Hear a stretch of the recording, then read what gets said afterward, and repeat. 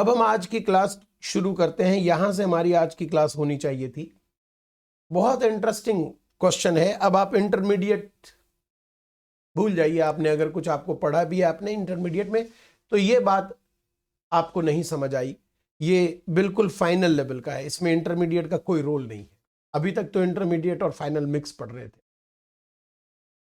Question क्या है साहब आपके स्क्रीन के ऊपर? लॉस किसका होता है, एसएससी का या बिजनेस का? यह प्रश्न है कि लॉस बिजनेस का होता है या एसएससी का होता है। क्या आप इसका जवाब तुक्के पे दे सकते हैं? तुक्का गेस कर सकते हैं? कुछ भी आंसर बताइए, आपके मन आपका क्या कह रहा है? लॉस एसएससी का या बिजनेस का? जल्दी जल्दी इंटरप्रेट कीजिए। रिस्पॉन्ड जल्दी करेंगे तो हमारा टाइम बचेगा।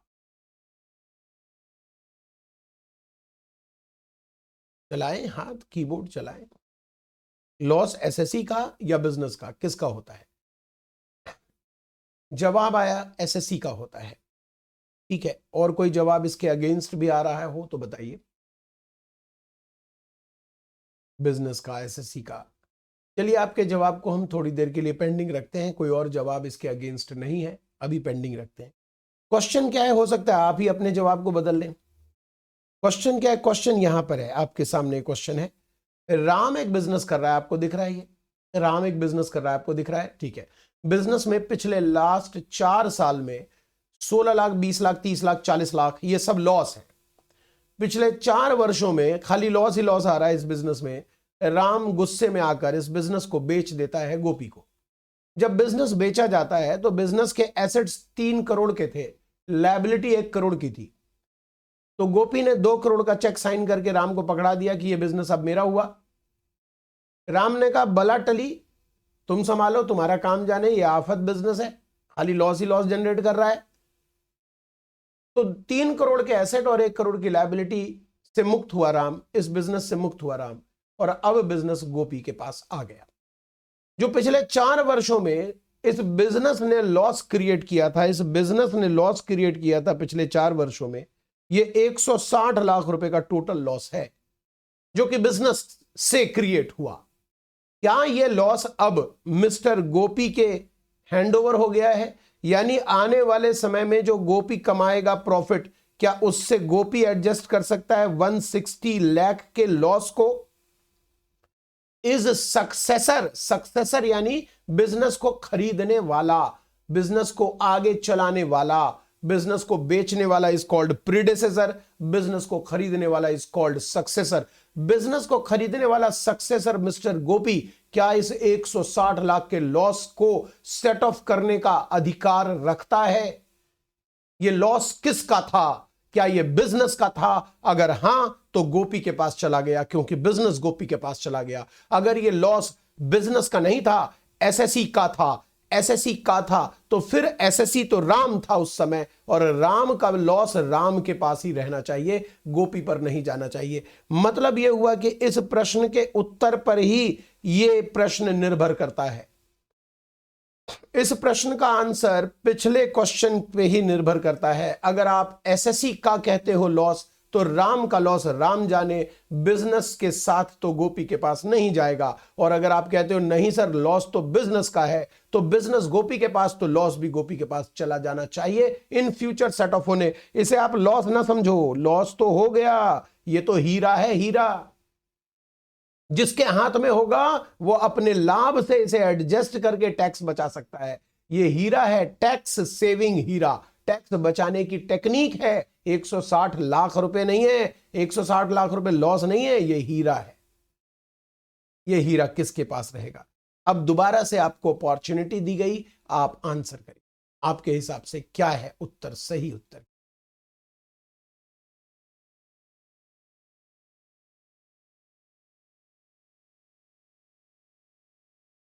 बताइए। क्या अभी भी आप अपने आंसर पर टिके हुए हैं?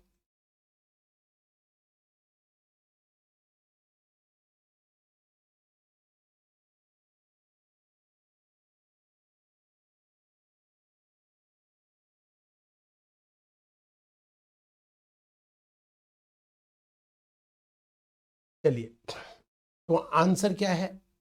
सही आंसर आप बता दो सर।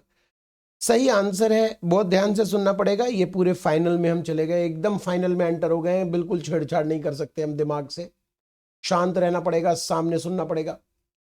आंसर है कि ये लॉस, जब हम कहते हैं कि आप निकालो इनकम फ्रॉम पीजीबीपी,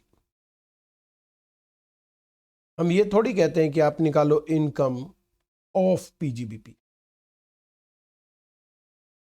ऑफ थोड़ी बोलते हैं, फ्रॉम बोलते हैं। यानी इनकम बिजनेस से है, बिजनेस का नहीं है, बिजनेस से है। और जब हम कहते हैं कि चलो बच्चों कंप्यूट करो total taxable income of mister Ram, चलो बच्चों कंप्यूट करो PGBP of mister Ram, from थोड़ी बोलते। इसका मतलब कि इनकम एसएससी का होता है और business salary capital gain other sources house property से होता है। तो ये जो आपके पास सैलरी है, हाउस प्रॉपर्टी है, बिजनेस प्रोफेशन है, कैपिटल गेन अदर सोर्सेज है, दीज आर द सोर्सेज। बड़ी खुशी हुई मुझे कि आपका आंसर सही था। दीज आर द सोर्सेज जहां से कमाएगा एसएससी, इनकम एसएससी का, टैक्स एसएससी देगा, तो लॉस किसका? एसएससी का। करेक्ट आंसर एसएससी का। तो क्या बताइए, बिजनेस के बिकने पर बिजनेस से होने वाले लॉस भी बिक जाएंगे? नहीं, लॉस राम का था, राम ही एडजस्ट करेगा। Ram is called predecessor, Ram कहलाता है प्रीडेसेसर, प्रीडेसेसर, और प्रीडेसेसर को ही मिलेगा लॉस सेट ऑफ करने इन फ्यूचर। सर लेकिन मान लीजिए कि प्रीडेसेसर के पास कोई बिजनेस फ्यूचर में नहीं हुआ, चूंकि ये लॉस बिजनेस का है और हम जानते हैं कि ब्रॉड फॉरवर्ड बिजनेस लॉस सिर्फ बिजनेस से एडजस्ट हो सकता है, दूसरे प्रॉफिट से नहीं हो सकता ब्रॉड फॉरवर्ड बिजनेस लॉस। तो ये बेचारा तो लॉस बर्बाद कर देगा अगर इसने आने वाले समय में कोई नया बिजनेस नहीं चलाया। तो देखिए, हो जाने दीजिए बर्बाद, लेकिन हम प्रीडेसेसर के लॉस को सक्सेसर के पास नहीं दे सकते। लॉस और अनएब्जॉर्ब डेप्रिसिएशन हम दोनों बात कर रहे हैं। क्यों दोनों बात कर रहे हैं? क्योंकि बिजनेस से दोनों चीजें आती हैं, बिजनेस से लॉस भी आता है और अनएब्जॉर्ब डेप्रिसिएशन भी आता है। We are talking about both unabsorbed depreciation and business loss, दोनों की बात कर रहे हैं। जो इस बिजनेस से है ये राम का है और राम के पास ही रहेगा in future. Ram set of करे तो ठीक, ना करे तो कोई बात नहीं, हम गोपी को नहीं दे सकते। ये तो दिमाग में आपने बैठा लिया, बैठा लिया। अब इसके आगे चलिए। असल में इतनी डिटेल में, इतने जोर जबरदस्ती के साथ में इस पॉइंट को इसलिए बता रहा हूं क्योंकि कुछ सिचुएशन ऐसे आ जाते हैं जहां पर प्रीडिसेसर का एग्जिस्टेंस नहीं रहता, और वो सिचुएशन हमारे देश के इकोनॉमी के लिए, देश के ग्रोथ के लिए बेनिफिशियल होता है। एग्जाम्पल है अमेलगमेशन, एग्जाम्पल है डीमर्जर, एग्जाम्पल है कोई भी फर्म का कंपनी में कन्वर्ट होना। एक फर्म कंपनी में कन्वर्ट हो रही है, कॉर्पोरेट वेल उनका बन रहा है, यह अच्छी बात है हमारे देश के लिए। ट्रांसपेरेंसी बढ़ेगी, पार्टिसिपेशन बढ़ेगा, बहुत शेयर होल्डर आ सकते हैं, कंपनी ग्रो करेगी, इकोनॉमी ग्रो करेगा, देश ग्रो करेगा। तो कुछ ऐसी परिस्थिति है जहां पर प्रीडेसेसर का एग्जिस्टेंस खत्म हो रहा है और देश के फेवर में है। ये एग्जिस्टेंस कहीं भी खत्म हो सकता है। मान लीजिए एक एक्स लिमिटेड कंपनी है, बिजनेस चला रही है, वाई लिमिटेड ने एक्स लिमिटेड को टेक ओवर कर लिया, उसका बिजनेस भी ले लिया, तो एक्स लिमिटेड का एग्जिस्टेंस खत्म हो गया। हम ऐसे एग्जिस्टेंस खत्म होने की बात नहीं कर रहे, हम बात कर रहे हैं जो हमारे लॉ में प्रेस्क्राइब्ड किया हुआ है, बिजनेस रीस्ट्रक्चरिंग। क्या नाम दे दिया मैंने? आपके सिलेबस का मेन कोर एरिया है बिजनेस रीस्ट्रक्चरिंग। जिसे आप किसी एक चैप्टर के साथ नहीं पढ़ सकते। सेट ऑफ में पढ़ना पड़ेगा, कैपिटल गेन में पढ़ना पड़ेगा, पीजीबीपी में पढ़ना पड़ेगा, तब जाकर आप इस कंसेप्ट के ऊपर कमांड कर पाएंगे जिसका नाम है बिजनेस रीस्ट्रक्चरिंग। बिजनेस का बिक जाना एक नॉर्मल सी बात है, लेकिन बिजनेस रीस्ट्रक्चरिंग एक बड़ी बात है, हमारे देश के लिए बेनिफिशियल है। वो रीस्ट्रक्चरिंग जिसे सरकार रेकमेंड करती है, अमेलगमेशन को, डीमर्जर को, फर्म अगर कंपनी में कन्वर्ट हो जाए तो उसे, अगर कोई अनलिस्टेड कंपनी एलएलपी में कन्वर्ट हो जाए तो उसे, बैंकिंग कंपनी का अमेलगमेशन, मर्जर, ये सब सरकार रेकमेंड करती है। इन सिचुएशन में कुछ लिमिटेड केस हम बोल सकते हैं, कुछ लिमिटेड केस, लिमिटेड सिचुएशन में सरकार कहती है ऑल्दो प्रीडेसेसर का लॉस तो प्रीडेसेसर के पास होना चाहिए, लेकिन हम इस लिमिटेड परिस्थितियों में प्रीडेसेसर के लॉस को सक्सेसर के हवाले करते हैं। सर लेकिन ये तो गलत बात है, एक्सेप्शनल केस समझ लीजिए। लेकिन नॉर्मल केसेस की बात करें तो राम का लॉस राम ही एडजस्ट करेगा, गोपी को नहीं मिलेगा। लेकिन अगर सिचुएशन कुछ खास है जो सरकार रेकमेंड करेगी, सिर्फ वहां प्रेडेसेसर के लॉस को सक्सेसर के पास चला जाने दीजिए, अनएब्जॉर्ब्ड डेप्रिसिएशन सक्सेसर के पास चले जाने दीजिए। कौन सी परिस्थिति है सर? यह है वो केस। यहां पर मैंने दो हिस्सों में बांट रखा है बिजनेस का बिकना। बिजनेस का बिकना दो परिस्थिति में बांट रखा है। एक, अगर वो सेक्शन 72A में कवर्ड है, 72AA में कवर्ड है, 72AB में कवर्ड है। जरा इस पर आइए।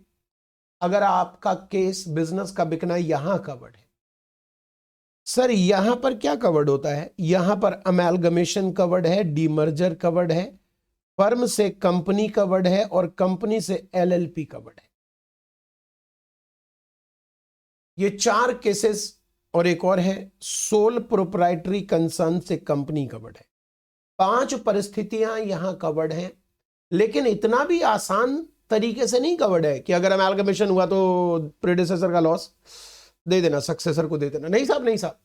अगर अमेलगमेशन हुआ, वो भी अमेलगमेशन सेक्शन 2(1)(b) के डेफिनेशन के अंदर आया, उसके बाद अमेलगमेशन में अमेलगमेटिंग पुरानी कंपनी को कुछ कंडीशन पूरे करने पड़ेंगे, नई कंपनी को कुछ कंडीशन पूरे करने पड़ेंगे। सारी शर्तों को पूरा करने के बाद हम प्रेडेसेसर के लॉस को सक्सेसर के हवाले, प्रेडेसेसर के अनएब्जॉर्ब्ड डेप्रिसिएशन को सक्सेसर के हवाले कर देंगे। यहां पर बैंकिंग कंपनी का अमेलगमेशन खास तौर पे कवर किया गया है। यहां पर कोऑपरेटिव बैंक का अमेलगमेशन खास तौर पे कवर किया गया है। अलग अलग कवर किया गया है चीजों को। और ये एक दुर्घटना है, एक दुखद घटना है, जहां पर एक इंडिविजुअल मर जाने के वजह से अपने लीगल हेयर को बिजनेस दे जाता है। मर जाने के वजह से, रिटायरमेंट के वजह से नहीं। बाप रिटायर हो गया और बिजनेस बेटे ने टेक ओवर कर लिया, बाप इज प्रेडेसेसर, बेटा इज सक्सेसर, ये केस यहां नहीं कवर्ड है। पिताजी मर गए और मरने के कारण बिजनेस सक्सेसर को मिल गया, उसके लीगल हेयर को मिल गया। इन दैट केस प्रेडेसेसर जो मर चुका, लॉस कहां ले जाएगा ऊपर अपने साथ? तो उस लॉस को हम उसके लीगल हेयर के हवाले कर देते हैं कि तुम इसे सेट ऑफ कर लो। ये वो केस है 78 सबसेक्शन 2। दरअसल में 78 सबसेक्शन 2 अगर आप पढ़ोगे अगली क्लास में शायद, तो वो डायरेक्टली ये नहीं कहता जो मैंने कहा, वो कहता है वही जो आपने कहा। अगर हम 78(2) पढ़ें तो 78(2) जब आप पढ़ोगे तो आपको यह मिलेगा कि लॉस एसएससी का है, बिजनेस का नहीं है। तो अगर बिजनेस बिक जाता है, बिजनेस ट्रांसफर हो जाता है, तो प्रेडेसेसर का लॉस सक्सेसर को नहीं मिलेगा। 78 सबसेक्शन 2 यही कहता है। आगे वो सिर्फ एक एक्सेप्शन डालता है, accept in case of inheritance of business. तो उस जगह से हमने उसको काट के केक की तरह, थोड़ा सा केक की तरह हमने काटा, केक की तरह काट के यहां पेस्ट कर दिया और कह दिया कि यह अपवाद है कि सक्सेशन में हम प्रेडेसेसर के लॉस सक्सेसर को दे देते हैं, वो सिर्फ छोटा सा टुकड़ा काट के यहां अलग किया। अदर केसेस में जो प्रेडेसेसर का लॉस है, अनएब्जॉर्ब्ड डेप्रिसिएशन है, लॉस है, अनएब्जॉर्ब्ड प्रेडेसेसर का लॉस है, अनएब्जॉर्ब्ड डेप्रिसिएशन है, ये सक्सेसर को नहीं मिलेगा साहब, ये तो प्रेडेसेसर ही कर सकता है इसको सेट ऑफ, नहीं कर पाए ना करे, लेकिन प्रेडेसेसर का है, प्रेडेसेसर के पास रहेगा। ठीक है जी, क्या आपको इस चार्ट पर कमांड हो गया? तब हम इस चार्ट के लेफ्ट साइड को, जो आपके स्क्रीन पर दिख रहा है लेफ्ट साइड, इस चार्ट के लेफ्ट साइड में एक टुकड़ा 72A में 1 2 3 4 5 केस है, उसमें से सिर्फ एक केस आज हम कवर करने वाले हैं बस। इसका मतलब 72A भी पूरा नहीं करेंगे, सिर्फ एक केस करेंगे। चल सकते हैं हम आपके साथ आगे?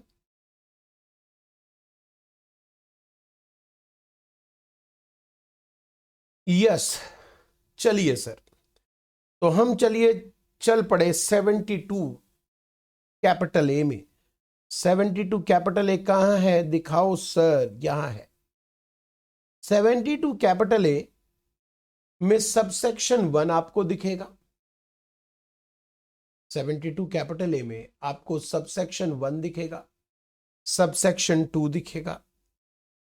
सर दिखेगा, आप पढ़ाना तो चालू करो। नहीं नहीं नहीं नहीं, ऐसे नहीं कर सकते, ऐसे नहीं कर सकते। सबसेक्शन 1 दिखेगा, सबसेक्शन 2 दिखेगा, सबसेक्शन 3 है, 4 है, 5 है, 6 है, 6A है, 7 है। सबसेक्शंस कितने हैं? तो 7 सबसेक्शन है। ठीक है, अब क्या है, 7वां सबसेक्शन तो इस सेक्शन में कुछ शब्द प्रयोग किए गए हैं। 7वां सबसेक्शन तो इस सेक्शन में कुछ शब्द प्रयोग किए गए हैं, उसको डिफाइन करता है। एक्यूमुलेटेड लॉस किसे कहेंगे, इंडस्ट्रियल अंडरटेकिंग का मतलब क्या होगा, अनएब्जॉर्ब्ड डेप्रिसिएशन का मतलब क्या होगा, स्पेसिफाइड बैंक का मतलब क्या होगा। ठीक है, सबसेक्शन 6A कहता है अगर कोई अनलिस्टेड कंपनी LLP में कन्वर्ट हो जाए तो हम प्रेडेसेसर के लॉस और अनएब्जॉर्ब्ड डेप्रिसिएशन सक्सेसर को दे देंगे। सबसेक्शन 6 कहता है कि अगर कोई पार्टनरशिप फर्म कंपनी में कन्वर्ट हो जाए या कोई सोल प्रोप्राइटरी कंसर्न कंपनी में कन्वर्ट हो जाए, हमारे कंडीशंस पूरे करे, हमारी शर्तें पूरे करे, तो इन शर्तों को पूरा करने पर हम प्रेडेसेसर के लॉस सक्सेसर को, प्रेडेसेसर का अनएब्जॉर्ब्ड डेप्रिसिएशन सक्सेसर को दे देंगे। अच्छा, इसके बाद सबसेक्शन 4 कहता है डीमर्जर के केस में अगर आप कंडीशन पूरे करते हो, हम बताएंगे कौन सी शर्त है, कंडीशन पूरे करते हो तो डीमर्जर के केस में प्रेडेसेसर के लॉस हम सक्सेसर को अलाउ कर देंगे, अनएब्जॉर्ब्ड डेप्रिसिएशन भी अलाउ कर देंगे। सबसेक्शन 5 कहता है सरकार इस डीमर्जर को जेन्युइन बनाने के लिए, इस डीमर्जर को जेन्युइन बनाने के लिए सरकार कुछ नोटिफिकेशन ऑफिशियल गजट में पेश कर सकती है जो इस सबसेक्शन 4 को और दुरुस्त करे और जेन्युइन बनाए। ठीक है, तो यानी सबसेक्शन 4 और 5 belongs to demerger case, subsection 6 belongs to firm to company, sole proprietary to company, subsection 6 से belongs to unlisted company to LLP conversion, subsection 7 belongs to definition of few words which is used in section 72A. Subsection 1, subsection 2 और subsection 3, these subsections are belonging to amalgamation, और हमें सिर्फ ये पढ़ना है आज, amalgamation. Subsection 1, 2 और 3। Subsection 1 में लिखा हुआ है कि अगर अमेलगमेशन इन कंपनियों का होता है तो ही 72A अप्लाई होगा। इसका मतलब यह हुआ कि अमेलगमेशन भी इन ऑल केसेस नहीं अब कवर्ड हो रहा है यहां, अमेलगमेशन भी इन ऑल केसेस यहां नहीं कवर्ड हो रहा, जबकि हम डीमर्जर सबसेक्शन 4 पे आएंगे और डीमर्जर वाली बात पढ़ेंगे तो कोई प्रॉब्लम नहीं है। डीमर्जर में लिखा है कि डीमर्जर अगर हुआ कंपनी का, and demerger is defined under section 2 clause 19AA। Demerger is defined under section 2 clause 19AA। तो यहां पर सिर्फ ये लिखा है डीमर्जर अगर हुआ कंपनी का और डीमर्जर कवर्ड है 219AA में, तो आप फाइंड आउट कर सकते हो कि क्या है डीमर्जर की परिभाषा। तो हम एक्यूमुलेटेड लॉस और अनएब्सॉर्ब्ड डेप्रिसिएशन सक्सेसर को दे देंगे, लेकिन डीमर्जर किसी भी कंपनी का। लेकिन अमेलगमेशन में उन्होंने कंपनियों के नेचर बता रखे हैं, industrial undertaking, shipping company, hotel company, banking company, सारे नहीं, जो यहां कवर्ड है। और यहां एसबीआई कवर्ड है विद स्पेसिफाइड बैंक, यानी इनकी सब्सिडरी। तो एसबीआई और उनकी सब्सिडरी जो है, अगर उनका अमेलगमेशन होता है, सभी बैंकिंग कंपनी को नहीं कवर्ड किया है। ऑल्दो ये बात फैक्ट है कि बाकी बैंकिंग कंपनी दूसरे सेक्शन में कवर्ड हो जाएंगी, जो हम आगे पढ़ेंगे 72AA में। लेकिन 72A की अगर हम बात करें तो सिर्फ एसबीआई उनसे रिलेटेड सब्सिडरी कवर्ड है। आगे लिखा है one or more public sector company का अमेलगमेशन। पब्लिक सेक्टर कंपनी का अमेलगमेशन, पब्लिक सेक्टर कंपनी का अमेलगमेशन यहां कवर्ड है। और आगे लिखा है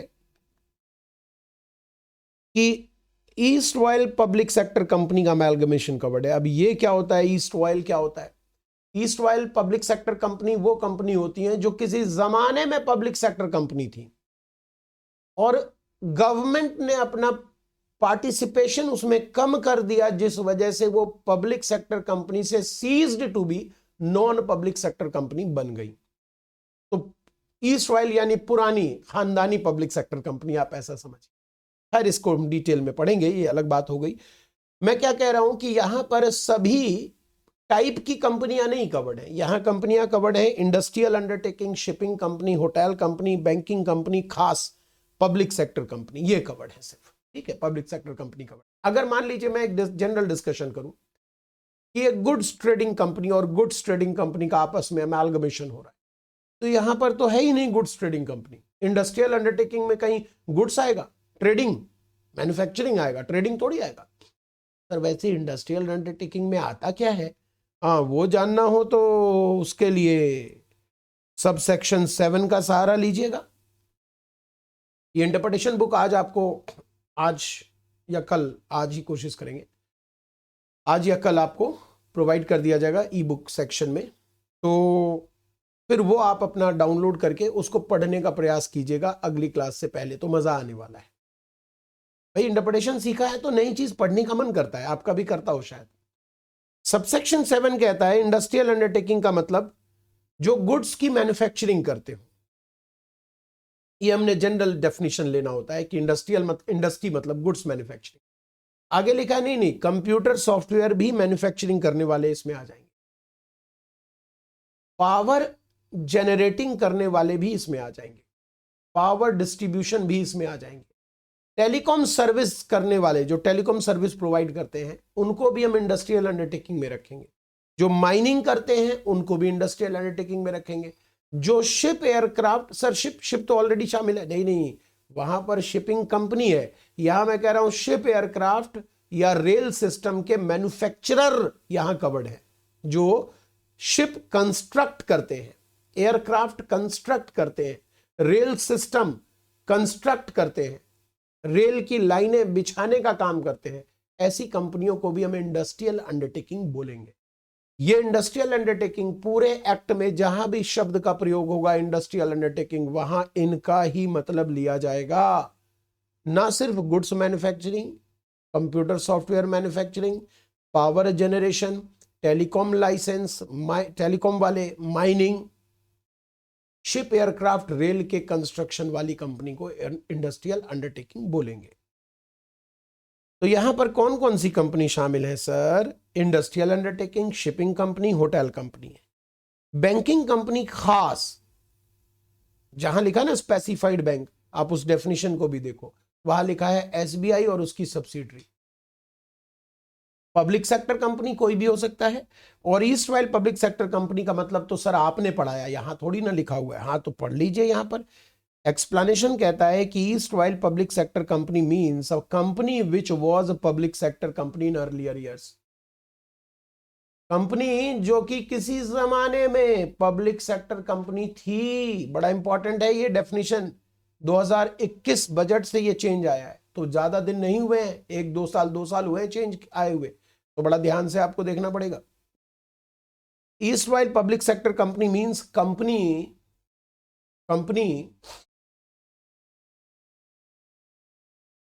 which was public sector company in earlier previous year and ceased to be public sector company. क्यों? By way of strategic disinvestment by government. Simple disinvestment नहीं, strategic disinvestment.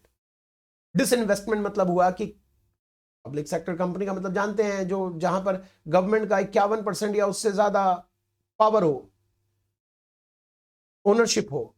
Disinvestment मतलब गवर्नमेंट ने अपने शेयर्स बेच दिए, चाहे गवर्नमेंट चाहे central हो या स्टेट हो, गवर्नमेंट ने अपने शेयर्स बेच दिए, उसकी होल्डिंग 51 से नीचे आ गई, तो डिसइन्वेस्टमेंट है। स्ट्रैटेजिक डिसइन्वेस्टमेंट का क्या मतलब है, जरा यहां देखें। कह रहे हैं strategic disinvestment means sale of share holding by government, central government, state government, central government, state government in public sector company which results in reduction of its shareholding to below 51% along with transfer of control। मतलब सरकार control भी छोड़ रही है, सिर्फ share नहीं बेच रही। कई बार ऐसा होता है कि सरकार शेयर बेच देती है बट कंट्रोल नहीं छोड़ती, कंट्रोल अपने कंडीशन में अपने अंदर रखती है। यहां पर वो कंट्रोल भी छोड़ रही है, यहां पर वो कंट्रोल भी छोड़ रही है। अच्छा, क्या जरूरत आन पड़ी इस डी क्लॉज को इंसर्ट करने की? क्योंकि ये कंपनी आज तो पब्लिक सेक्टर नहीं है, एक जमाने में पब्लिक सेक्टर थी, बट आज तो ये पब्लिक सेक्टर कंपनी नहीं है। तो क्या जरूरत आन पड़ी? इस जरूरत को हम समझेंगे थोड़े समय बाद, आज ही समझेंगे इस जरूरत को, कुछ समय के बाद समझेंगे इस जरूरत को। बस ये समझिए कि पुरानी पब्लिक सेक्टर कंपनी भी यहां कवर्ड है। अब आते हैं हम where there has been amalgamation. कहते हैं अगर अमेलगमेशन हुआ industrial undertaking, shipping company, hotel company वगैरह वगैरह का, अगर इनका अमेलगमेशन हुआ, what do you mean by amalgamation? That is defined under section 21B। 21B में अमेलगमेशन की परिभाषा है। तो आपका जो मर्जर है जिसको आप अमेलगमेशन बोल रहे हो, that must be covered by definition of provided by income tax act in section 21B। तो आपको 21B के थ्रू जाना पड़ेगा, 21B को लेकर चलना पड़ेगा। फर्स्ट ऑफ ऑल आपका मर्जर अमेलगमेशन कहलाए, इसके लिए 21B के डेफिनेशन में आना पड़ेगा। मान लीजिए कि आप एक अकाउंटिंग भाषा इस्तेमाल कर रहे हैं, दो कंपनी मिल गई, दैट इज मर्जर। बट आपका जो मर्जर है, वो जो आपका अरेंजमेंट है मर्जर का, वो सेक्शन 21B को कवर्ड नहीं कर पा रहा, 21B को फुलफिल नहीं कर पा रहा, तो फिर ये अमेलगमेशन हमारे इनकम टैक्स के लिए नहीं है। फिर हमने पूरे इनकम टैक्स एक्ट में जहां जहां अमेलगमेशन को टैक्स एडवांटेज दिया है, वो सब एडवांटेज आपको नहीं मिलेगा। कहीं भी हम अगर अमेलगमेशन वर्ड इस्तेमाल कर रहे हैं तो must covered by section 21B। तो सेक्शन 21B पर आइए जरा देखिए क्या कह रहे हैं। कह रहे हैं amalgamation in relation to companies means merger of one or more companies with another company or merger of two or more companies to form one company. जो कंपनी मर्ज हो गई उसको अमेलगमेटिंग बोल रहे हैं, ओल्ड कंपनी, इसको हम अमेलगमेटिंग बोल रहे हैं। और जो कंपनी नई बन गई उसको हम अमेलगमेटेड बोल रहे हैं। तो इतना आपको ध्यान रखना पड़ेगा कि जो कंपनी मर्ज हो जाती है उसे अमेलगमेटिंग, और जो नई बन जाती है उसे अमेलगमेटेड कंपनी हम बोलते हैं। In such manner that condition 1, 2, 3 are fulfilled. तीनों शर्तें पूरी होनी चाहिए। शर्त नंबर 1, सारी प्रॉपर्टी पुरानी कंपनी की अमालगमेशन के पूर्व नई कंपनी की प्रॉपर्टी बन जाए। लेकिन यहां यह नहीं लिखा कि सारी प्रॉपर्टी पुरानी कंपनी नई कंपनी की प्रॉपर्टी बन जाए, बट एट विच प्राइस। पुरानी कंपनी अपने सारी प्रॉपर्टी नई कंपनी को बेच दे, तभी तो नई कंपनी की प्रॉपर्टी बनेगी। बट कितने में बेच दे ऐसा यहां पर नहीं लिखा। इसका मतलब हुआ कि all assets transferred at agreed price, जो भी उनके बीच में अग्रीमेंट हुआ है उस प्राइस की वो बात कर रहे हैं। Next point number 2, all liability जो पुरानी कंपनी की थी अमालगमेशन के ठीक पहले, वो नई कंपनी की लायबिलिटी बन जाए। किस प्राइस पर? At agreed price. ऐसा नहीं हम कह रहे कि सारे एसेट्स और सारी लायबिलिटी बुक वैल्यू पर पुरानी कंपनी नई कंपनी को ट्रांसफर करे ना। जबकि आप डीमर्जर की परिभाषा जब पढ़ोगे सेक्शन 219AA, वहां पर बुक वैल्यू का इस्तेमाल हो सकता है। यहां नहीं लिखा। यहां पर जितने मन करे उतने में बेचो भाई, जितनी प्रॉपर्टी की वैल्यू होगी उतने में ही बेचोगे। उससे कम में पुरानी क्यों बेचेगा और उससे ज्यादा में नई क्यों खरीदेगा? तो agreed price. And the last condition, share holders holding not less than 3/4 यानी 75% in value of shares in old company become the shareholder of new company। Sir बीच में जो आपने लिखा है पिंक कलर से, उसको नहीं पढ़ा आपने, उसको भी पढ़ेंगे। यहां लिखा है कि 75%, 75% जो शेयर होल्डिंग है, जिसने होल्ड कर रखा है शेयर होल्डर, वो शेयर होल्डर नई कंपनी में शेयर होल्डर जरूर बने। यानी पुरानी कंपनी से जो नई कंपनी में शेयर होल्डर बने, उनकी शेयर होल्डिंग ओल्ड कंपनी के अंदर 75% होनी चाहिए। आगे लिखा है other than share already held therein immediately before amalgamation by or by a nominee for amalgamated company or its subsidiary. ये क्या है? ये क्या चीज है, जरा समझिए। मान लीजिए ए लिमिटेड है, यहां पर Mr A, Mr B, Mr C, Mr D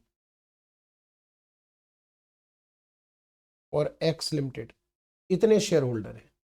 A limited के शेयर होल्डर हैं ये सब। इनके पास 20 है, इनके पास 10 है, इनके पास 10 है, इनके पास 20 है। मेरे ख्याल से इनके पास 40, 80, 20 होने चाहिए। और कम कर लेते हैं। इनके पास 5 है, इनके पास 5 है, तो ये 10, 20, 40, इनके पास 60 है। ठीक है। अब एक बी लिमिटेड है, ये है न्यू कंपनी और इसे हम बनाने जा रहे हैं ओल्ड कंपनी। तो इसके सारे ए कंपनी के सारे एसेट्स और ए कंपनी की सारी लायबिलिटी बी को मिल जाए, ये बात तो हो गई। अब मान लीजिए एसेट की वैल्यू तय हुई है 90 करोड़ और लायबिलिटी मान लीजिए है 10 करोड़। तो बी लिमिटेड जो परचेज कंसिडरेशन डिसाइड करेगा वो 80 करोड़ है। होता क्या होगा? क्या 80 करोड़ बी लिमिटेड कैश में देता होगा? नहीं। बेसिकली 80 करोड़ बी लिमिटेड अपने शेयर्स दे देता है। किसको? ए लिमिटेड को। ए लिमिटेड का तो एग्जिस्टेंस ही खत्म हो जाएगा ना अमेलगमेशन में, तो ए लिमिटेड थोड़ी ना कुछ बचेगा। इनको दे देता है।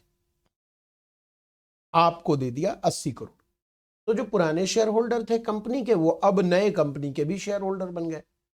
यहां पर तो मैंने 100% में सर्कल कर दिया। ऐसा हो सकता है कि कुछ शेयर होल्डर डिनाई कर जाएं, वो कहें ना मुझे नहीं बनना ए लिमिटेड बी लिमिटेड के शेयर होल्डर, मैं इस अमेलगमेशन के खिलाफ हूं। तो ठीक है भैया, आपको पैसा देके सेटल कर देते हैं। तो मान लेते हैं कि मिस्टर बी अग्री नहीं है, मान लेते हैं मिस्टर सी अग्री नहीं है, मान लेते हैं मिस्टर डी अग्री नहीं है। सिर्फ एक कंपनी शेयर होल्डर जो था वो अग्री है और एक मिस्टर ए अग्री है। तो क्या सिर्फ यही दोनों नए कंपनी में जा पाएंगे? जी हां, मिस्टर ए और एक्स लिमिटेड नई कंपनी में चले गए, यहां के शेयर होल्डर बन गए। इनके पास पुराने कंपनी में कितने शेयर होने चाहिए? 75% मिनिमम। सर 80% है। हाँ, तो कंडीशंस फुलफिल। जो तीसरी शर्त थी वो हमने पूरी कर दी। ये तो हमें समझ आ गया, बड़े आसानी से समझ आ गया। बस ये जो ब्रैकेट में जो पिंक कलर से लिखा है वो क्या है? मान लीजिए इसी कहानी को हम फिर से दोहराते हैं।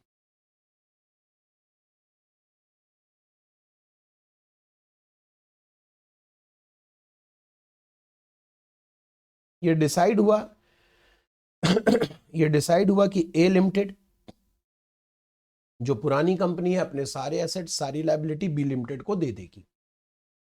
80 करोड़ परचेस कंसिडरेशन तय हुआ जो हम ए लिमिटेड के शेयर होल्डर को देंगे। अब ए लिमिटेड के शेयर होल्डर में Mr A, Mr B, Mr C, Mr D और एक्स लिमिटेड नहीं है, बी लिमिटेड है। सर कौन सा बी लिमिटेड? ये जो नया जो कंपनी जो अब बन रही है, हाँ वो ऑलरेडी शेयर होल्डर थी वहां की। समझ लीजिए कि B limited is the holding company, अरे A limited is subsidiary company. एक दिन बी लिमिटेड ने ए से कहा कि तू मेरी सब्सिडरी है, क्यों ना तू मेरे में मर्ज हो जाए। तो इस हिसाब से बी ए में मर्ज हो गया, बी बच गया, ए खत्म हो गया, क्योंकि बी ऑलरेडी वहां पर 60% शेयर रखता था, यानी कि होल्डिंग कंपनी थी। पॉसिबल है।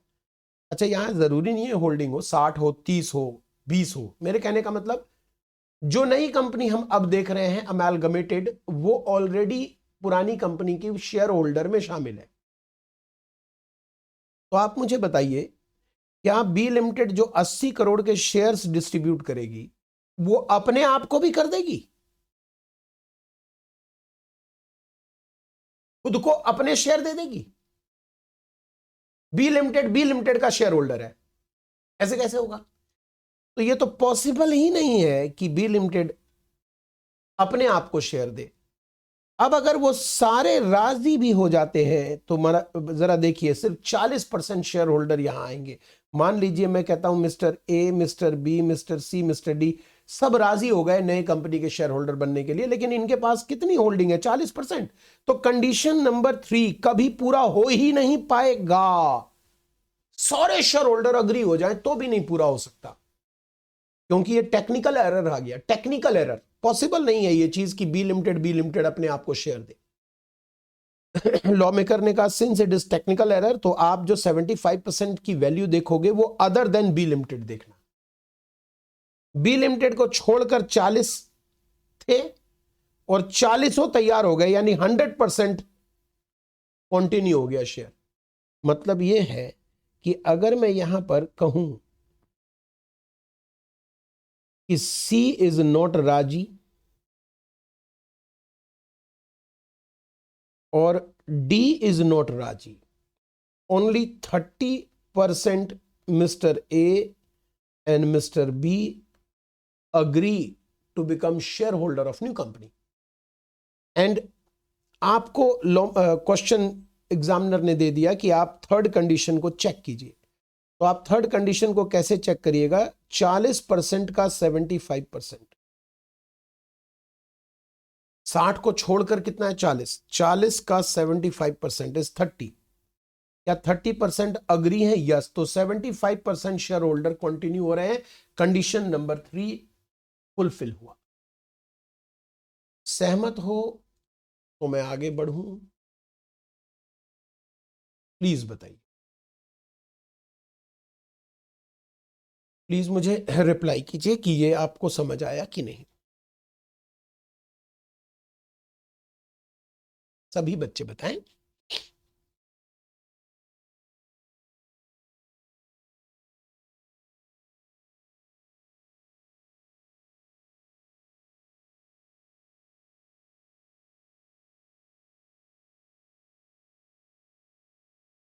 सब कोई चैटिंग में कितनी आलस दिखाते हैं। Thank you. हम जो पढ़ रहे हैं, मैं दोबारा से आपको बता दूं, हम पढ़ रहे थे कि बिजनेस रिस्ट्रक्चरिंग के कुछ केसेस में पुराने मालिक के लॉस अनएब्जॉर्ब्ड डेप्रिसिएशन हम नए मालिक को देंगे, उसके अंतर्गत हम सिर्फ 72A उठा रहे हैं, और 72A में भी हम सिर्फ ये 3 सबसेक्शन उठा रहे हैं जो अमेलगमेशन को बिलोंग करता है। अमेलगमेशन की परिभाषा यहां दी गई है सेक्शन 21B में, सारे एसेट, सारी लायबिलिटी ट्रांसफर और 75% शेयर होल्डर नए में चले जाने चाहिए। अब हम पढ़ रहे हैं सेक्शन 72 सबसेक्शन 1, जहां लिखा था industrial undertaking, shipping company, hotel company, banking company, SBI और its subsidiary, public sector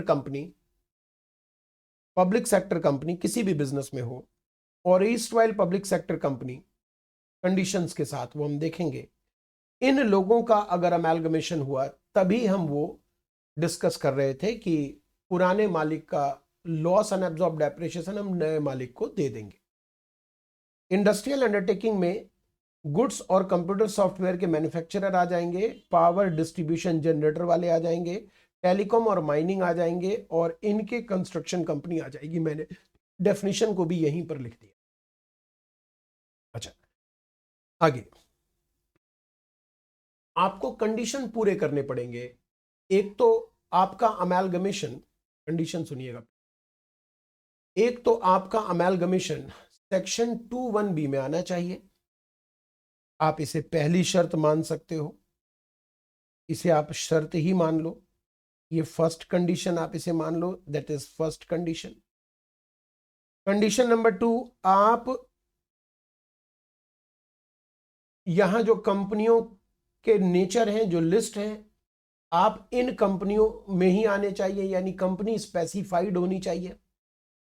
amalgamation 21B में कवर्ड होना चाहिए, कंपनी स्पेसिफाइड होनी चाहिए, company industrial company, shipping, hotel वगैरह ये होनी चाहिए। इसे दूसरी शर्त मान लो।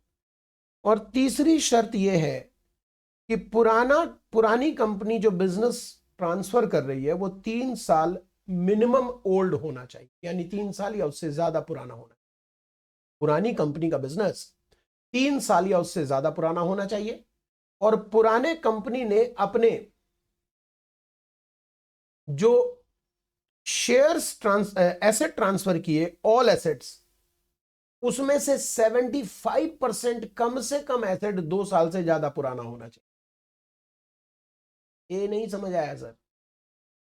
पहला तो समझ गए, कंपनी 3 साल से ज्यादा पुरानी बिजनेस कर रही हो, ये तो समझ गए। लेकिन ये दूसरा क्या बोल दिया आपने, 2 साल से ज्यादा पुराना एसेट होना चाहिए, मतलब 75% एसेट का क्या मतलब हुआ सर? इसको समझाने के लिए मेरे पास उदाहरण है, इसलिए अभी फिलहाल आप इसे नहीं भी समझे थे तो चल जाता, बट अब चलिए जब डिस्कशन हो ही गया तो उदाहरण ले ही लेते हैं।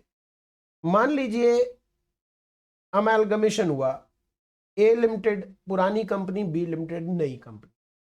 पुरानी कंपनी अपने सारे एसेट्स देगी, ये बात तो फैक्ट है। सारे एसेट्स में X Y Z, H X Y Z P Q, इतने एसेट्स थे। इन एसेट्स की बुक वैल्यू भी दी हुई है। इनमें से कितने एसेट्स हैं जो पुरानी कंपनी के पास 2 साल से ज्यादा पुराने हैं? मान लेते हैं एक्स वाई पी और क्यू। इनकी वैल्यू टोटल कितनी है? 80, 190, 60 और 40, 370। ये टोटल एसेट्स की वैल्यू के 75% होने चाहिए मिनिमम। 80% है सर, तो कंडीशंस आर फुलफिल्ड, ये वो कह रहा है। मैं एग्जाम्पल के साथ इसे दोबारा से प्रयास करूंगा समझाने की। वापस आ जाइए। पहली शर्त अमेलगमेशन 21B में कवर्ड होना चाहिए। दूसरी शर्त अमेलगमेशन कुछ खास कंपनियों के होने चाहिए। तीसरी शर्त पुरानी कंपनी के बिजनेस 3 साल से ज्यादा पुराना होना चाहिए, 3 साल या उससे ज्यादा। और चौथी शर्त पुरानी कंपनी के सारे एसेट्स जो उसने ट्रांसफर किए हैं उसमें से 75% वैल्यू के एसेट्स, फिक्स्ड एसेट्स 2 साल या उससे ज्यादा पुराने होने चाहिए। नई कंपनी को ये प्रॉमिस करना पड़ेगा, these are called future condition. अभी तो कंडीशन इतने ही थे, बस इतने ही कंडीशन थे, आपको ये एडवांटेज मिल जाएगा। बट नई कंपनी को एक प्रॉमिस भी करना पड़ेगा कि वो इस धंधे को 5 साल तक कम से कम चलाएगी। नई कंपनी ने जितने एसेट्स टेक ओवर किए हैं सारे एसेट्स टेक ओवर किए हैं सर। हाँ, उसमें 75% वैल्यू के एसेट्स को एटलीस्ट 5 ईयर तक बेचेगी नहीं।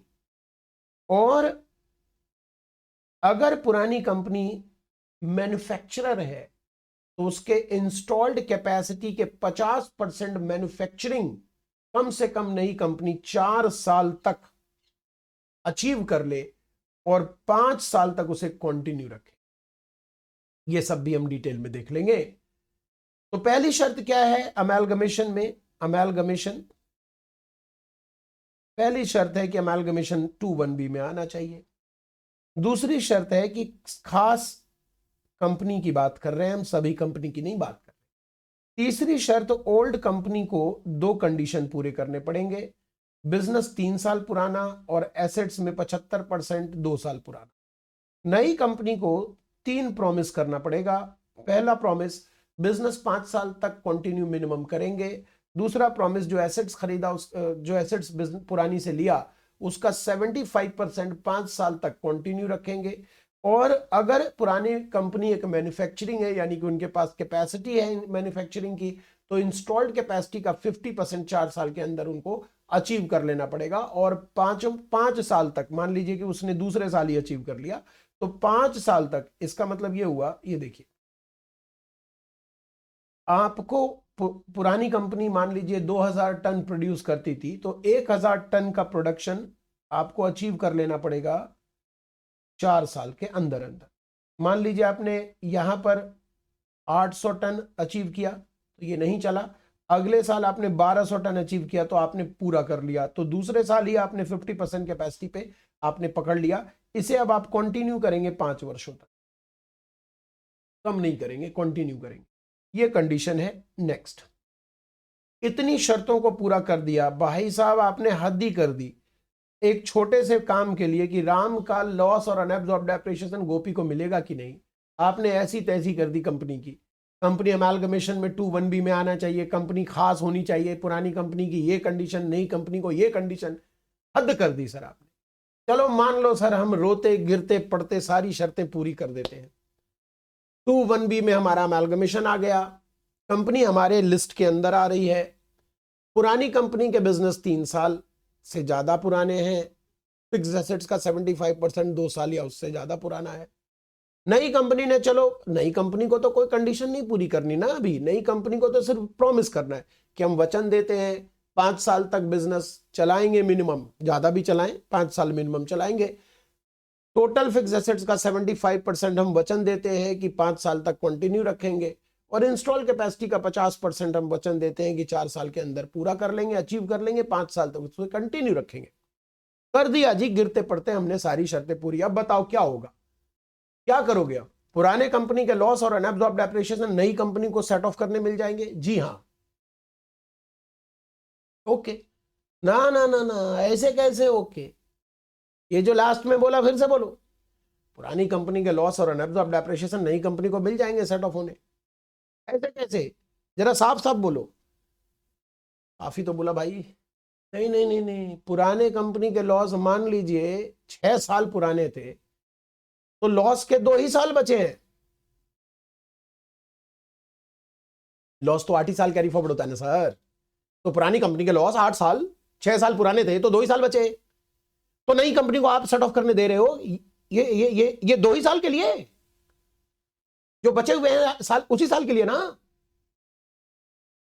मेहनत इतनी कराई है, परिश्रम इतना किया है, तो फल भी मीठा होना चाहिए। तो आपको मीठा मीठा फल मिलने वाला है, और यहां जादू होने वाला है। जादू क्या है? वो जादू इंटरप्रिटेशन से समझने का प्रयास करें। जादू यह है कि अगर आप अपने शर्तों को पूरा करते हैं तो आपके साथ ये होगा, ये है आपका जादू। पढ़िए, अगर आपने कंडीशन सारे पूरे कर दिए तो notwithstanding anything contain in any other provisions of this act, accumulated loss और अनअब्सॉर्ब्ड डेप्रिसिएशन पुरानी कंपनी की, यहां तक, shall be deemed to be loss और अनअब्सॉर्ब्ड डेप्रिसिएशन नई कंपनी का for the previous year in which amalgamation was affected। तो नहीं, ये कह रहे हैं कि पुराने लॉस और अनएब्जॉर्ब डेप्रिसिएशन नई कंपनी के लिए अमेलगमेशन वाले ईयर के लॉस मान लिए जाएंगे। अमेलगमेशन वाले ईयर के ताजा लॉस मान लिए जाएंगे। भाई साहब, बासी 6 साल पुराना खाना जो 2 ही साल में खत्म हो जाता, सड़ जाता, उसको नया जीवन दे दिया। अच्छा सर, फ्रेश 8 ईयर दे दिया क्या? 2 साल तक सेट ऑफ और कर सकती थी पुरानी कंपनी, तो नई कंपनी को सरकार ने फ्रेश 8 ईयर दे दिया। अरे नहीं भैया, इससे ज्यादा क्या 10 साल दे दिया? अरे नहीं, तुम समझ नहीं रहे, बहुत गजब की चीज हो गई है। इस जादू को फील नहीं करोगे तो बेकार हो जाएगा पढ़ना। फ्रेश 8 ईयर दिया, ये बात तुमने समझा, ये अच्छा है, समझ लिया, लेकिन अभी कुछ और भी समझना है। बासी लॉस को नई कंपनी के अमेलगमेशन वाले ईयर का लॉस मान रहे हैं भाई। आपको याद होगा कि जो बासी लॉस है वो सिर्फ अपने हेड से एडजस्ट हो सकता है, ये आपने कल पढ़ा था मुझसे। Brought forward loss inter head adjustment नहीं पाता, सिर्फ इंट्रा पाता है। यहां तो हमने बासी लॉस को ताजा बना दिया, यानी कि यह माना जाएगा कि नई कंपनी के करंट ईयर का फ्रेश लॉस है, तो पहले ये इंटर हेड एडजस्ट हो सकता है कंपनी से। यानी नई कंपनी अपने दूसरे इनकम से भी इस बेकार 6 साल पुराने लॉस को एडजस्ट कर सकती है, और नहीं कर पाने पर अगले 8 साल तक उनको मिलेगा ये सेट ऑफ कर। गजब की बात है भाई। हाँ, क्या लिखा हुआ है? एक्यूमुलेटेड लॉस और unabsorbed depreciation of old company shall be deemed to be the loss और unabsorbed depreciation of new company for the previous year in which amalgamation was affected. जिस साल अमेलगमेशन हुआ उस ईयर के लिए मान लिया जाएगा लॉस, तो वो तो ताजा बन गया जी। एक्यूमुलेटेड लॉस लिखा है या बिजनेस लॉस लिखा है, जरा बताइए तो। एक्यूमुलेटेड लॉस लिखा है यहां पर या बिजनेस लॉस लिखा है? Accumulated loss. हमारा मन अभी कर रहा है ये जानने का कि जो पुराने कंपनी के पास लॉस थे, देखिए कंपनी सैलरी की इनकम तो नहीं लाती, तो 4 हेड्स हैं उनके पास।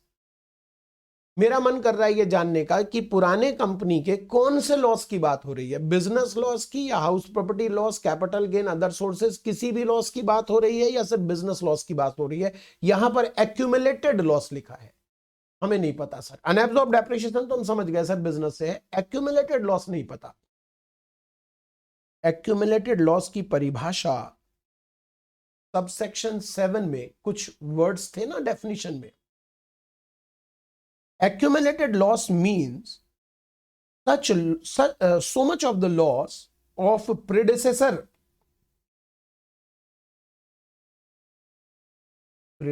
firm, ये सब बाकी सबसेक्शन के लिए है। हाँ, यहां रखिए।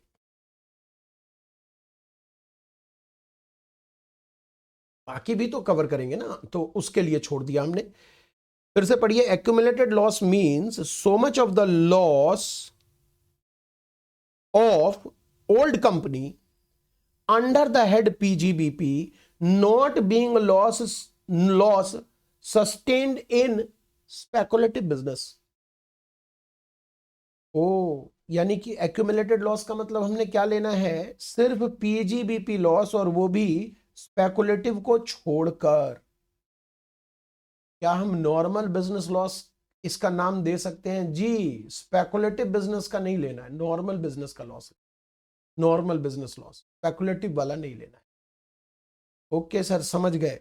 और सिर्फ बिजनेस लॉस है, कैपिटल गेन नहीं है। ओहो, बड़ा अफसोस है सर, कैपिटल गेन भी दे देते सर। नहीं, कैपिटल गेन वेस्ट, वही पुरानी कहानी, जिसका है वो जाने। प्रेडेसेसर का लॉस सक्सेसर को कैसे मिलेगा? जिसका है वो जाने, तो वही पुरानी बात रहेगी। यहां अगर हम अपने डायनेमिक बुक को देखें तो ये बात, ये कंडीशंस आपने पूरे कर दिए, तो ये है आपका बेनिफिट। बेनिफिट क्या है? बेनिफिट क्या है अमेलगमेशन में? Accumulated broad forward business loss, normal business loss, unabsorbed depreciation old company का shall be the current year business loss और current year depreciation of new company. कमाल हो गया सर। हाँ, इस कमाल को आप यहां फील करें, इस कमाल को यहां फील करेंगे तो मजा आएगा। यहां फील करिए इस कमाल को। क्या है कमाल, जरा देखिए। यहां पर है, मान लीजिए ओल्ड कंपनी है, मान लीजिए न्यू कंपनी है, यहां पर अमेलगमेशन हुआ, तो पुराने कंपनी के पास ओपनिंग में, अमेलगमेशन के ईयर में पुराने कंपनी के पास 20 लाख का बिजनेस लॉस था 6 साल पुराना, कैपिटल गेन लॉस 6 लाख का था और अनएब्सॉर्ब्ड डेप्रिसिएशन 12 लाख का था। बता सकते हैं नई कंपनी के हाथ में क्या क्या मिलने वाला है? ये वाली चीज और ये वाली चीज, ये नहीं मिलेगी। नई कंपनी के पास जो ये दो चीज मिलने वाली है, क्या ये दो चीज 22-23 के लिए मान लिया जाएगा? क्या मान लिया जाएगा कि 20 लाख का लॉस नई कंपनी का फॉर अमेलगमेशन ईयर है? अभी आपने पढ़ा था फॉर PY 22-23। यस। तो सोचिए अगर 22-23 का लॉस अज्यूम हो रहा है नई कंपनी के लिए, तो नई कंपनी इस 22 लाख के लॉस से अपने असेसमेंट ईयर 23-24 यानी 22-23 अपने पीजीबीपी से इसको एडजस्ट कर सकती है। यस। तो पीजीबीपी टैक्सेबल 0 आ जाएगा। नई कंपनी के पास कैपिटल गेन आ रहा है, नई कंपनी के पास 22-23 में कैपिटल गेन आ रहा है। क्या नई कंपनी पुराने कंपनी के सड़े हुए 6 साल पुराने 20 लाख के लॉस को, ब्रॉड फॉरवर्ड लॉस सिर्फ बिजनेस से एडजस्ट होता है सर, उसको कैपिटल गेन से एडजस्ट कर सकती है क्या? यस। तो सर ये ऐसे तो मतलब कमाल। हाँ, और मुझे बताइए 20 लाख में आपने 7 लाख रुपए एडजस्ट कर लिए, तो ये 20 लाख में बचा कितना? 13 लाख। क्या ये 13 लाख का लॉस कैरी फॉरवर्ड नई कंपनी करेगी फ्रेश 8 ईयर? यस। क्या अनएब्सॉर्ब डेप्रिसिएशन भी कैरी फॉरवर्ड कर लेगी इनफाइनाइट ईयर के लिए? अरे अनएब्सॉर्ब डेप्रिसिएशन तो वैसे भी इनफाइनाइट कैरी फॉरवर्ड होने वाला था। यस। तो ये इसका आंसर है, आप इसे देख सकते हो। बोलो समझ आया? समझ आया? समझ आया। अच्छा, अब वापस आते हैं फिर से। वैसे तो बिजनेस के बिकने पर पुराने मालिक का लॉस नए मालिक को नहीं मिलता, लेकिन कुछ एक्सेप्शन है। कुछ एक्सेप्शन में से एक हम पढ़ रहे हैं 72A, उसके अंदर भी सिर्फ एक केस पढ़ रहे हैं अमेलगमेशन। अमेलगमेशन में पहली शर्त कि अमेलगमेशन 2(1)B में कवर्ड होना चाहिए। दूसरी शर्त अमेलगमेशन इन कंपनियों का ही होना चाहिए। तीसरी, इन कंपनियों में भी हमने इसराइल कंपनी वाला अभी कंसेप्ट पढ़ना बाकी है, इन कंपनियों का ही होना चाहिए। तीसरी शर्त पुराने कंपनी के पास बिजनेस 3 साल या उससे ज्यादा पुराने होने चाहिए, और पुराने कंपनी ने सारे एसेट्स ट्रांसफर किए नए को, उस सारे एसेट्स में से 75% की वैल्यू कम से कम 2 साल या उससे ज्यादा पुराने होने चाहिए। नई कंपनी को सिर्फ वचन देना है कि हम 5 साल तक धंधा कंटिन्यू करेंगे, 5 साल तक अपने सारे एसेट जो पुराने कंपनी से लिए हैं उसका 75% कंटिन्यू रखेंगे, और 50% इंस्टॉल कैपेसिटी का हम 4 वर्षों के अंदर कवर कर लेंगे। अगर ये सारे कंडीशंस पूरे हो गए तो ये जादू सा है, ये साधारण बात नहीं है, ये बहुत असाधारण घटना है, बड़ा गजब है। इस पर आप ध्यान दीजिएगा, ये मैजिक है कि आप बेकार बासी लॉस को बिल्कुल फ्रेश बना रहे हैं। जो 2 ही साल जीवन जिसका बचा था उसे आपने नया जीवन देकर उस साल सेट ऑफ होकर अगले साल दूसरे हेड से अगले साल 8 साल के लिए कैरी फॉरवर्ड करने दे रहे हैं। क्या सर इसी वजह से हम मार्केट में सुनते हैं कि लॉस मेकिंग कंपनी को टेक ओवर कर लिया है बड़ी बड़ी कंपनियों ने? जी, लॉस मेकिंग कंपनी बड़ी कंपनी में अमेलगमेट हो जाने से बड़ी कंपनियों का क्या फायदा हो जाता है कि लॉस मेकिंग कंपनी के पास जो हीरा था, हीरा वो नई कंपनी ले लेती है सेट ऑफ होने के लिए, लेकिन नई कंपनी को सरकार ने कहा कि ये हीरा तो तुझे दे रहा हूं, ऐसा नहीं है कि इस्तेमाल करके इस धंधे को चौपट कर देना। 5 साल तक धंधा वचन दे कि इस धंधे को 5 साल तक तू चलाएगा। दरअसल अमेलगमेशन सरकार के पीछे मोटिव यह है कि वो बिजनेस जो खत्म हो रही थी, जो लॉस में चल रही थी, उसको रिवाइव किया जाए नई कंपनी के द्वारा। तो ये आपको हीरा तो दे रहे हैं, लेकिन 5 साल तक धंधा कंटिन्यू करना, इंस्टॉल कैपेसिटी का 50% अचीव करना, ये सब चीजें इसीलिए ताकि अमेलगमेशन से लॉस मेकिंग कंपनी रिवाइव हो सके।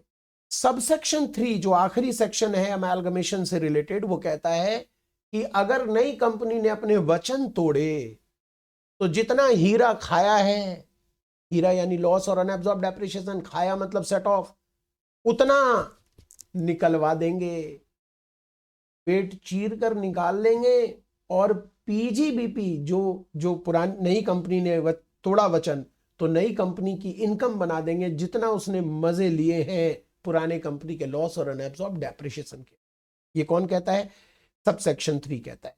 Consequence of default, if amalgamated company does not comply with future condition, accumulated loss और अनएब्सॉर्ब डेप्रिसिएशन जो न्यू कंपनी ने सेट ऑफ किया will be added with total income of new company for the year in which the conditions are not complied with.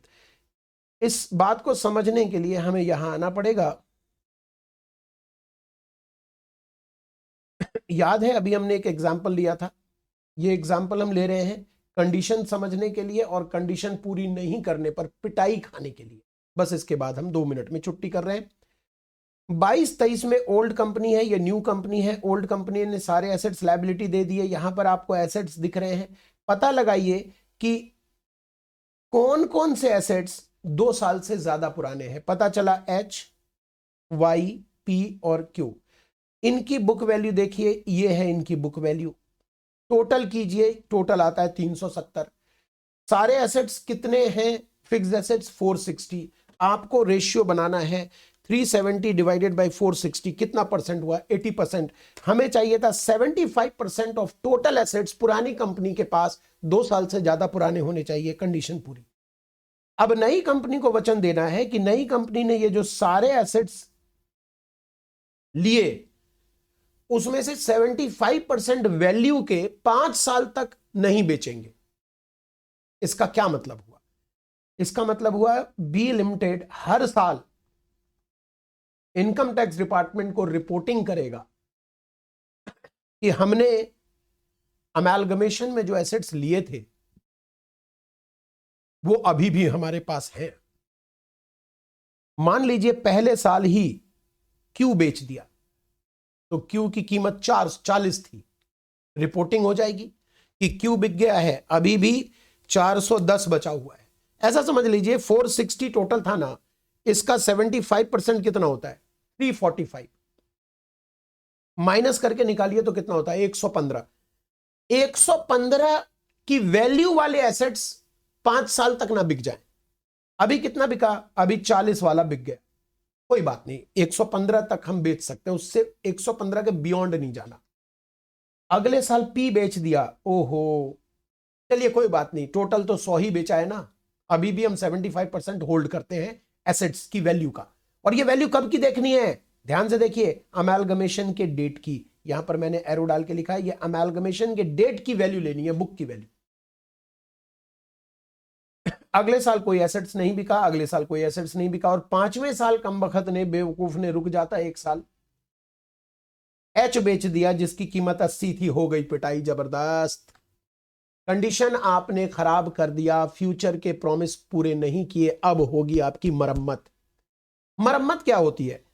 A limited के पास जो accumulated business loss और unabsorb depreciation थे, जो उसने तोहफे के रूप में बी लिमिटेड को पकड़ाया था, तो बी लिमिटेड ने अपने इनकम से उसे सेट ऑफ किया था, खाया था।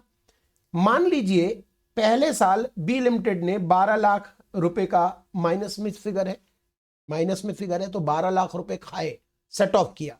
अगले साल 8 सेट ऑफ किया, अगले साल 4 सेट ऑफ किया। ये तीनों फिगर क्या बताता है? एक्यूमुलेटेड लॉस अनएब्सॉर्ब डेप्रिसिएशन जो पुरानी कंपनी के थे, सेट ऑफ किए नई कंपनी ने।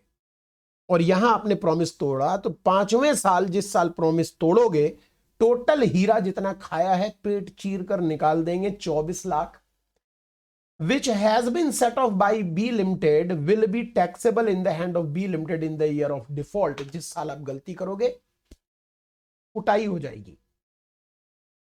उम्मीद करता हूं 72A सबसेक्शन 1, 2 और 3 along with सेक्शन 2(1) भी आपको समझ आया, एक्सेप्ट वन थिंग जो मैंने आपको बताया, पुराने पब्लिक सेक्टर कंपनी भी अमेलगमेशन में जा सकते हैं विद कंडीशंस। तो वो कंडीशंस क्या हैं, उसके लिए मुझे ये सारे एग्जांपल्स कवर करने पड़ेंगे नेक्स्ट क्लास में।